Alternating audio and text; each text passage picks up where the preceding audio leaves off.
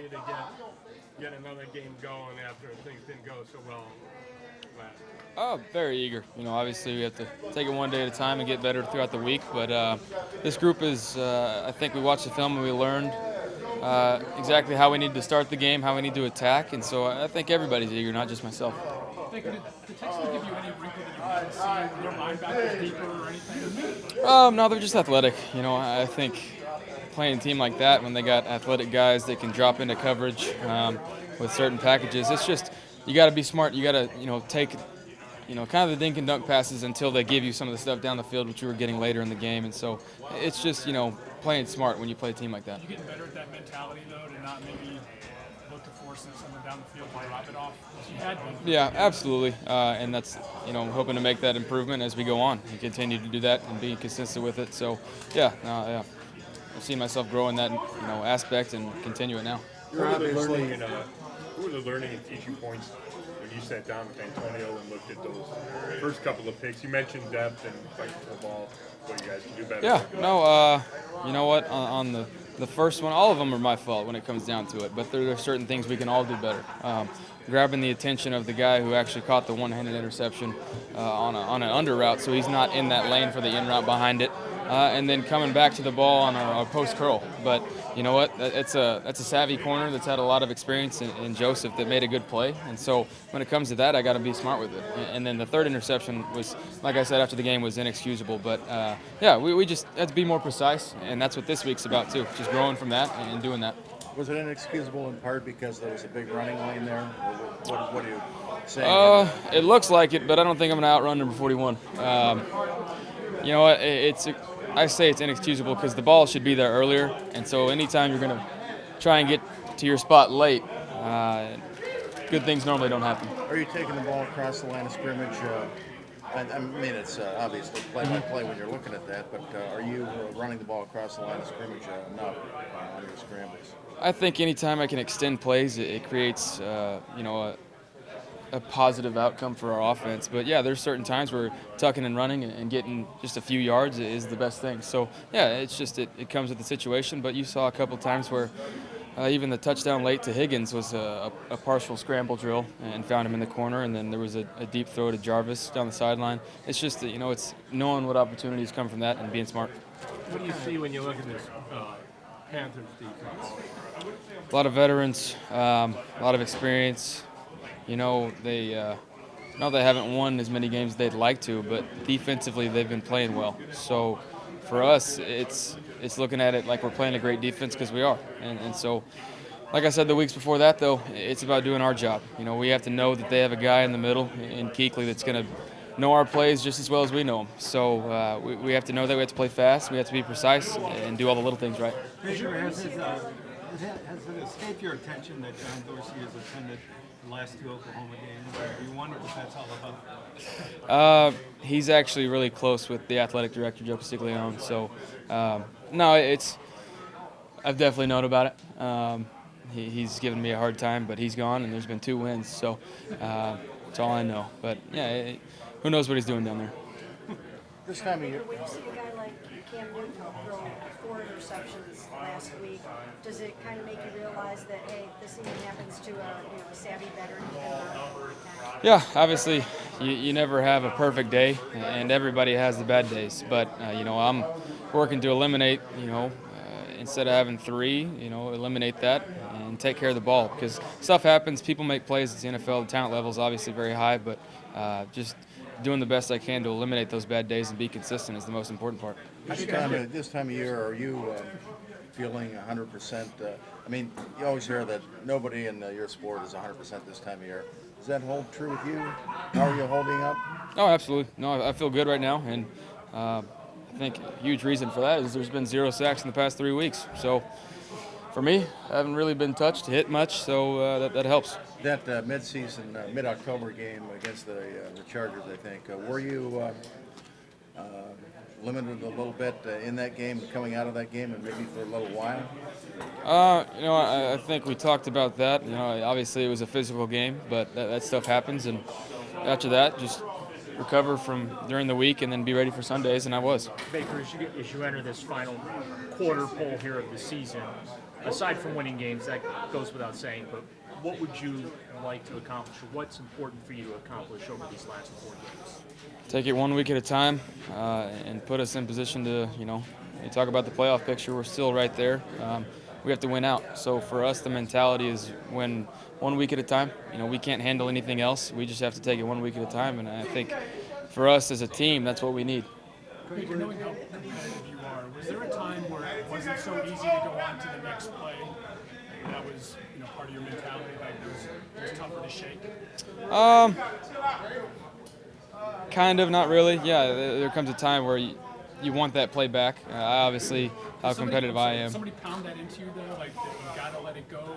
I've just always said the most important play is the next one, because if you let that affect the rest of your game, it's going to be just a negative, downfall after that. So you got to play the next play, and that's the mentality we have to have. That's what our coaches are preaching right now, and that's important for us. How do you not get timid at all after you've thrown a couple of picks?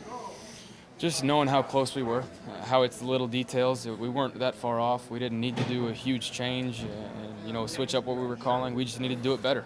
And so that comes into trusting our offense, trusting the guys around me, still throwing the ball on time, getting it out, trusting them to get in the right spots. And so that's how we have to be.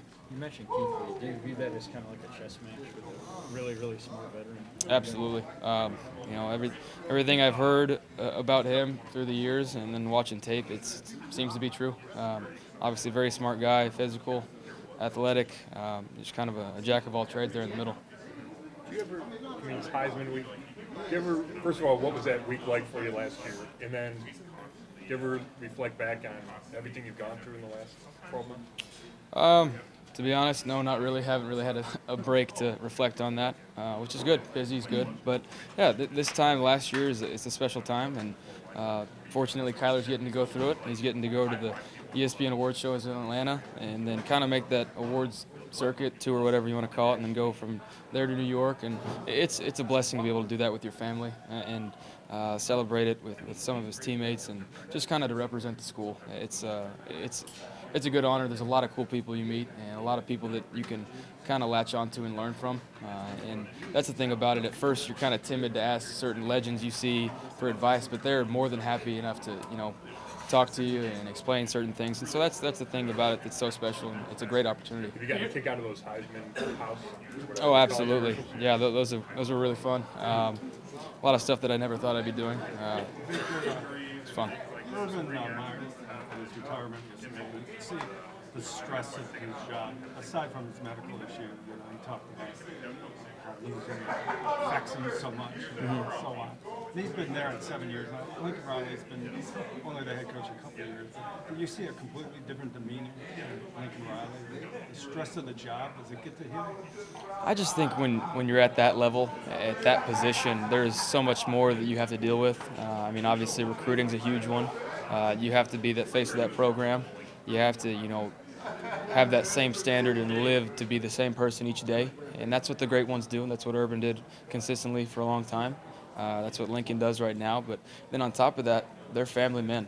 They have families they have to raise, and to me, that's the most important part, is to be that example for the guys that are in that program, to watch them, and learn from that. And so there's a lot of things they have to do. So to find a healthy balance to, family and football, and then obviously, having success, it's hard to do. But once they have that standard set, everybody believes in it, and you kind of just fall in line. And so that's why all these programs that have been successful for a long time, that's why they're able to do that. Baker, every kid dreams of winning the Heisman. And you put into words what that moment's like when they hand you the trophy. Just to be invited, honestly, was an unbelievable experience. And then to go on stage after they call your name, it's a feeling you can't really describe. I know it's cheesy, it's the corniest way to describe it, but really, though, you're sitting there in front of the stage looking at all the past Heisman winners, guys you've seen highlights of for years, all growing up. You've played the NCAA football game on, PlayStation or Xbox, and you've watched those guys. So it's something you could only dream of, and to be up there, it's a lot of fun. Did you think you were going to win it, or was it a surprise? I had a good feeling going into it I was going to win, but it was still, like I said, to be there with my family was an honor. Where's the trophy? My parents' house on the dining room table. My dad uses it as a paper holder. He tips his coffee to it every morning. Sadly, that's what he does. Good for you. Would you like to see Lincoln Riley as your coach next year? You know what? Obviously, you guys can take it how you want. Obviously, I have a relationship with Lincoln. It's been great. We had success. But whatever decision's made here, I'm going to make the most of it. Obviously, there's been a level of comfortability with him in the past that I've had, but whatever happens, happens. And you know what? I can't control that, so I'm not going to worry about it.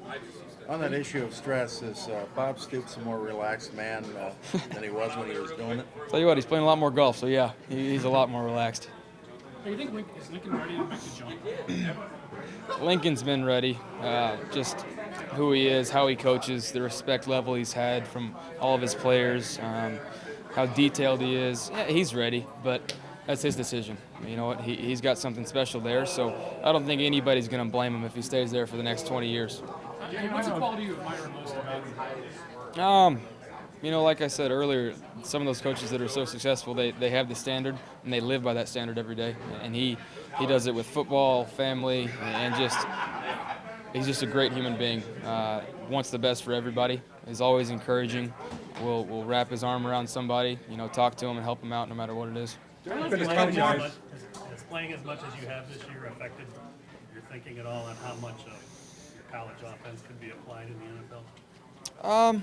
Yeah, I think I've seen some of the same concepts and stuff like that throughout watching tape and some of the people we've played. But what it comes down to is how are you going to win week by week? And so sometimes different concepts work better, and so it's just how are you going to apply those? There have been a ton of guys that have had a lot of success without an NFL background coaching, going from college to the pros. So why do you think Lincoln would be able to make that transition without the NFL experience?